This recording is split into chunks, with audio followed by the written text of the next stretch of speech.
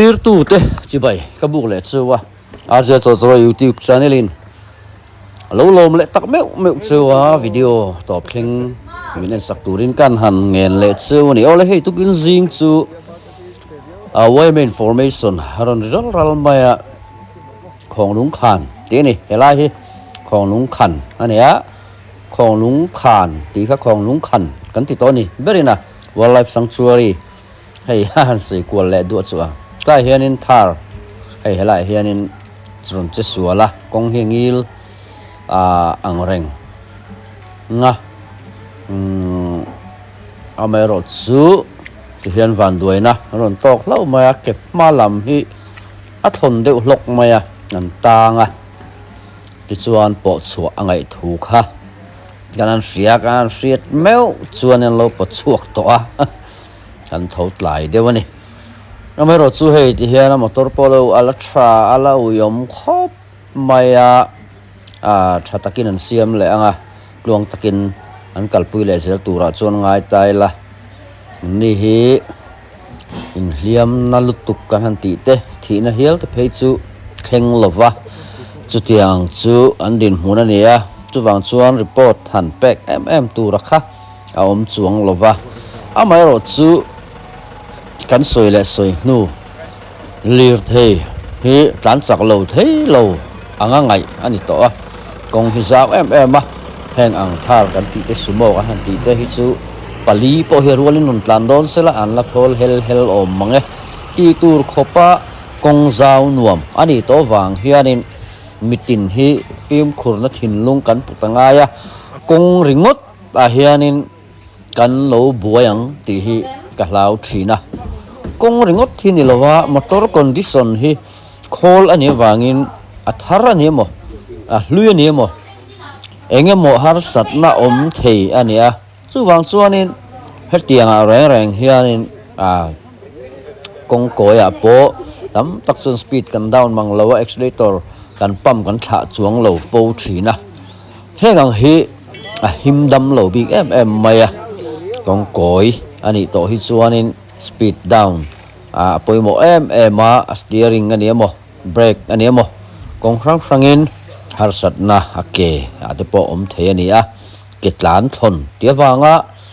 kong thang lama tlan liam ta dai te om thei ani tin ake thona kong sir engamo parapetamo engamo te po asut bur khan ma ni na lo ma se motora chet nana satak sumle pai tam tak insen ral na kha om le zelani ti hian ro pui thalai rual ten riat ve le arangin an han puya han chan chuaka an ti don ami yan chan chuak ani hian hei ro pui da ya hianin a bikin bungtlang le pang ro pui in kara hianin tiang ang heng lai Tuar thama hianin lir thei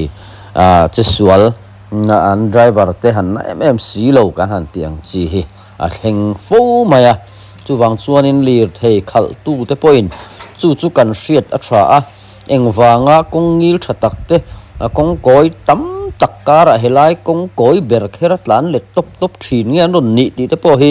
chui chu tham om ve to tun la ya ghost hunting ten tiamo ram hoi rang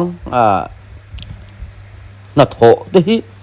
alo ni ve rengangem ti te kha mo ang po ni sel ni e che tia hian kong enge mo lai big hi om ve thina tia mi ta wa mua wa hriat chi a si lo ang chi kha om ve the ni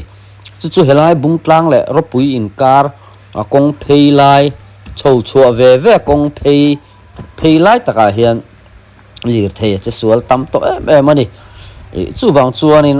helai ron tlan pel tur te pon chu kan hriat poimo bung tlang atang kan tlan ni pon kan tlan chhongar ngara aron phei ta chi chu tiang chi chon ro pui tang pon kan tlan chhongar ngara phei chi ni chumi phei le phei in kara hianin lir thei che Sual na te tham neu le enga mo hi a thleng tam to ni helai kan video ringot po hianin kan ron post tam to ni chuwang chuanin hei hi kan hriat reng a tha a helai phei hi ani mo che Sual om ve phone ti kha hei han che Sual na tur omang chu om chuan si lo hi mo le han ti tur kha ani ve tlat ani amaro chu film khurna te kan tlak chama khang tiang kha kan lo manghil palani chuan harsat na boina na sa jok mi te tran pui ngai kan han ti te kan tok ve the ni chu wang chuanin film khurna he ivong nung rengang u ti kha kan soi ve le ni sela mo ai ti hianin thei angin siam thiam deuh le siam thiam lo deuh te kan han kat nuk thina pang zol le ro puin kara hen lir the che sual fowa ngai po hian thina ra phlak pui he thleng to zoka ai lai tak hi chu tlemin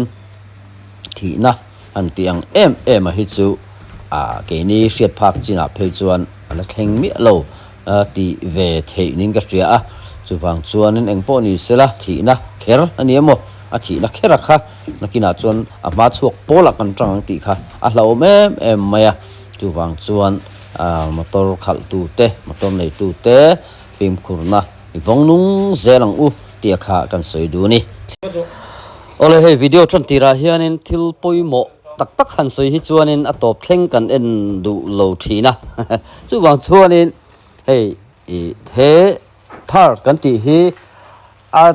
jingda ruk ai ma anirin oma achan chu longtlai tanga aizol panturan ni wang khan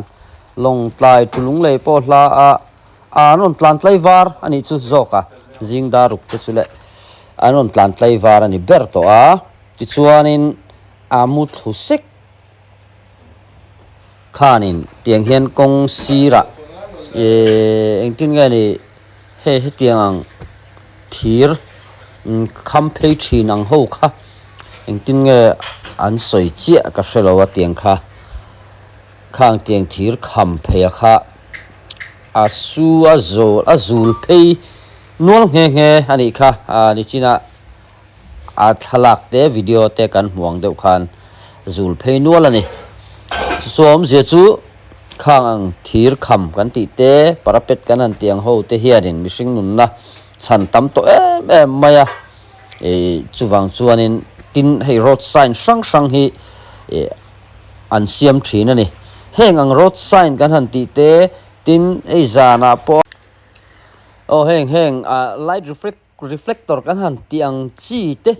hei tam takut hlei chuanin lo tike lo ti chia lo engemaw hi kan om fo thinin hi poi em heng hi kan him tlan na vek tur kan chung kwa kan u le naw kan then le rual te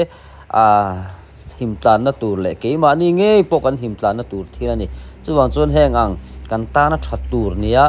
an ron siam ang ho re reng ti kan lo dim doi hi tha ke ma ni bok hi a chhor tu kan ni le ani chuwang chuanin hetiang po hianin utlei emo ngamo wang mai maya thil ti chiat te ching lo la tha ni hian hei hi amel mang chu ni maya thil danga han chhelu tu pom lo diesel leak ka ti lo hi chu pon lama pop chiam vak lo ani ole eng po ni sela video min thir sak tu te jawa chunga lom thu kan soi le tak mewa min lo subscribe lo ani chuan min lo subscribe sham tur po khan kan ngen le tak